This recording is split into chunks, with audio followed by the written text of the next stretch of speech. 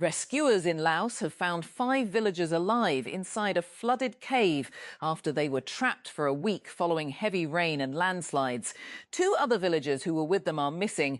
Lao and Thai rescue teams involved in the operation said.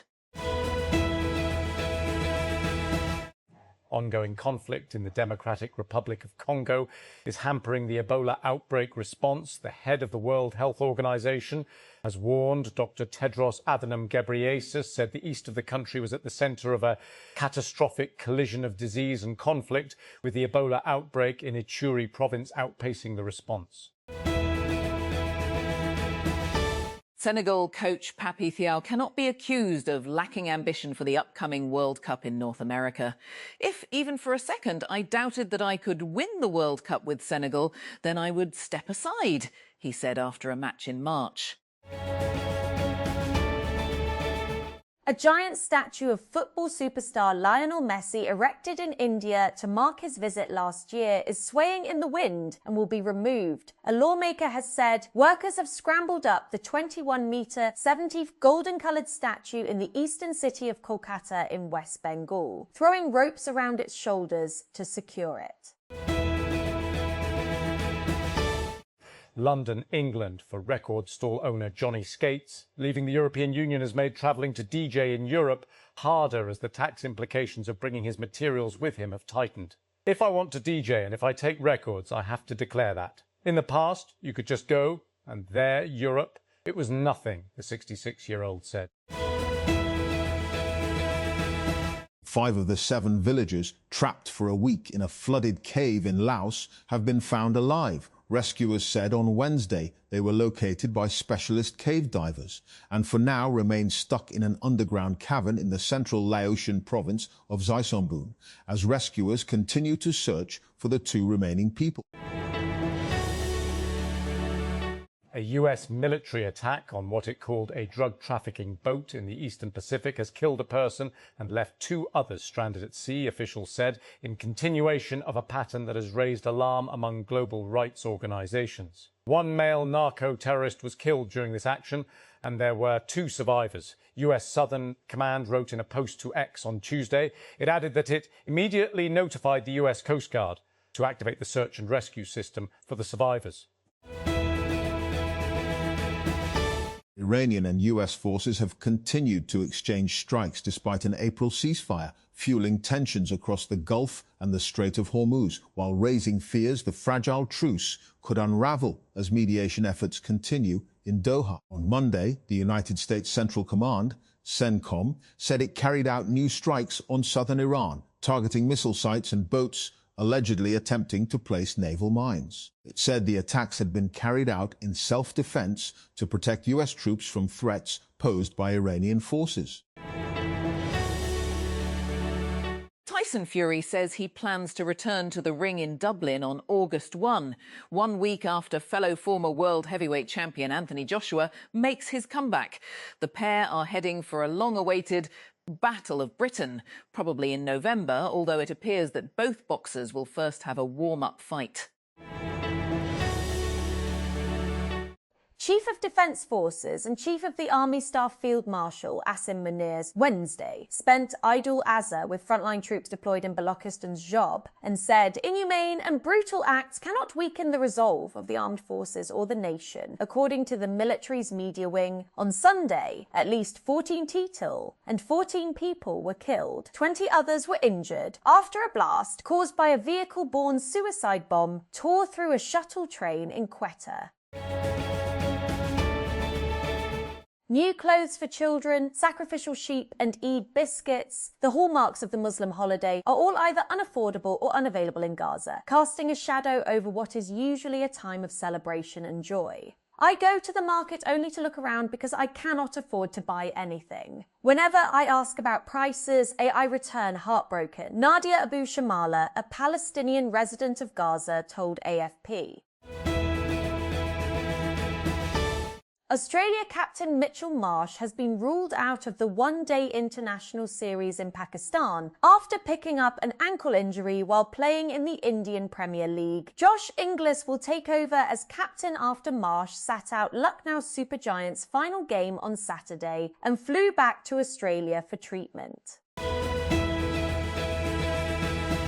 A former member of the German militant group Red Army faction, RAF, has been jailed for 13 years for carrying out a string of armed robberies between 1999 and 2016. Daniela Klett, 67, was finally caught in a flat in Berlin in 2024 after more than 30 years on the run. She went on trial last year. Modest note. Call to Earth is a CNN editorial series committed to reporting on the environmental challenges facing our planet, together with the solutions. Rolex's Perpetual Planet initiative has partnered with CNN to drive awareness and education around key sustainability issues and to inspire positive action. The river arrived almost immediately. Texas Attorney General Ken Paxton won the Republican nomination for the United States Senate on Tuesday, defeating four-term Senator John Cornyn. According to results reported by the Associated Press news agency, Paxton won with about 64% of the vote, while Cornyn received about 36%, a margin of roughly 28 percentage points. Fans of Crystal Palace and Rayo Vallecano have clashed in Leipzig as their teams prepare to play in the Conference League final, with police officers injured and 2 arrests made. German police said bottles, beer glasses and restaurant furniture were thrown on Tuesday evening when a group of about 300 Rayo fans encountered Palace fans who were sitting outside restaurants, and that officers also intervened in a further incident when about 60 Palace fans provoked Spanish supporters of the La Liga club.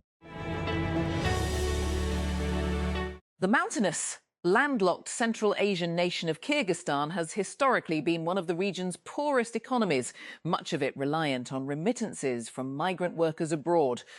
But 4 years ago, its fortunes got an unexpected boost after Western governments and their allies slapped Russia with sanctions over its 2022 invasion of Ukraine.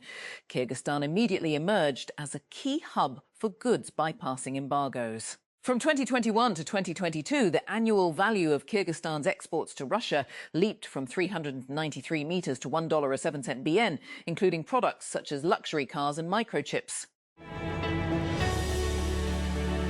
Salaried taxpayers may receive partial relief as the federal government reviews several options, with one of them being paying Rs 200 billion from its own pocket to make it possible in the upcoming FY27 budget, according to budget-related discussions. Policymakers are considering options such as raising the tax exemption threshold, widening income brackets, or adjusting tax rates for salaried individuals. A major Indian film industry union has issued a non-cooperation directive against Bollywood actor Ranveer Singh after an FI was registered by a woman accusing Durandar designer Saini S. Jore of sexual harassment. Indian media also reported that boycott demands gained more steam over Singh's alleged sudden exit from the upcoming film Don 3. Italy's highest court has ruled a 5-star Dolomites hotel was acting lawfully when it refused to provide tap water to a tourist. The woman unsuccessfully argued that water is a natural resource and a universal human right, after a waiter only offered her 7 LR66 bottled mineral water at the restaurant of the 5-star Hotel Sazonga in Corvara during the 2019 ski season. At least one person has been killed and 9 others are still missing after a major chemical explosion at a paper mill in Washington. Authorities said the explosion occurred at 07:15 PDT, 15:15 GMT, at the Nippon Dynawave packaging facility in Longview, 130 miles, 210 kilometers south of Seattle.